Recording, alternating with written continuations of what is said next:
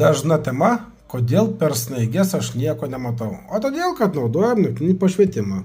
Kuomet kamera šviečia, akis puikiai mato tai, ką apšviečia snaiges ir mes nieko normaliai nematom. Plius kamerai labai maišo vaizdo analitikai.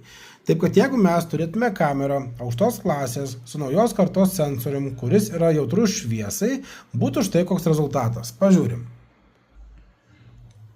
Tas pats kiemas, plius mes matome spalvotai.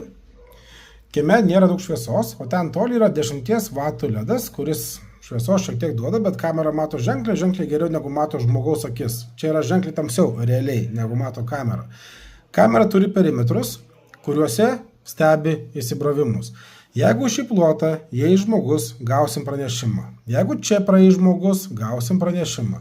Jei keliu pravažiuos mašina arba praeis žmogus, taip pat gausim pranešimą. Bet mūsų kameros nebeerzina nei lietus, nei rūkas, nei snaigės.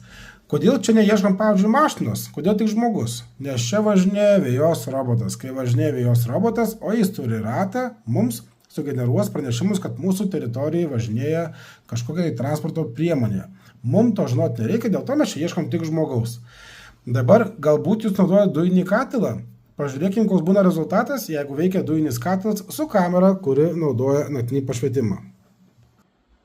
Štai koks vaizdas yra nuo dujinio katilo garų. Nieko nesimato. Tai kas iš tos kameros? Ogi nieko.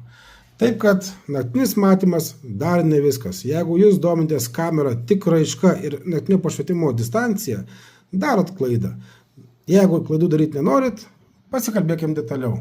Nebus blogų rezultatų, bus tik geri.